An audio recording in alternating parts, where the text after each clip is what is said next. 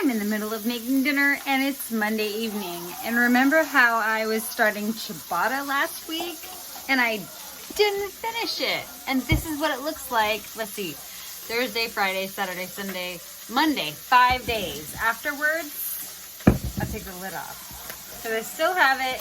I still had it in my fridge, just hanging out. So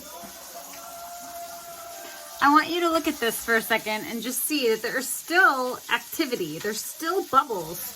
There's still something going on. And so I'm going to use that and just like still build it.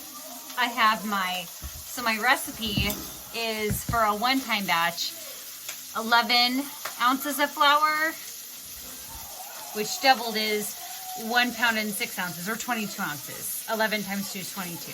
And 22 minus 16 is 6. So I have 1 pound and 16 ounces of flour, plus my 1 ounce of salt, because a half batch makes 1/2 ounce of salt.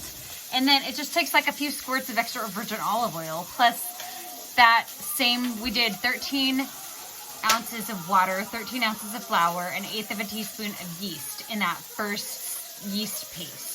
So we're gonna add, again, another 1/8 of a teaspoon yeast, 13 ounces of flour, 13 ounces of water, but now 1 pound and 6 ounces of bread flour, plus my 2 tablespoons, 1 ounce of salt. Once again, that's 1 pound, 6 ounces of bread flour and 1 ounce of salt. And that's mixed together so that my salt doesn't hit my yeast paste in a big shocking, like, I'm gonna kill you type of thing. Because, you know, remember, salt plus fungus plus whatever equals death. So we don't want that. So now what I'm gonna do to my biga is add my water, which is still warm water. And I've been letting this sit out at room temperature now for a few hours just to let it like come back up to like not cold.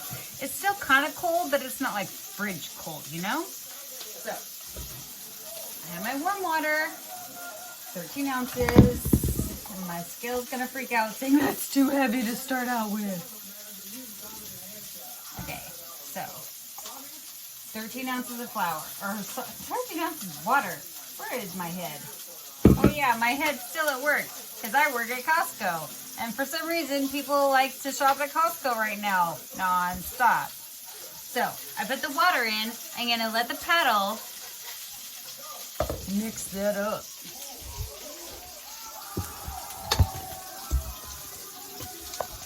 There.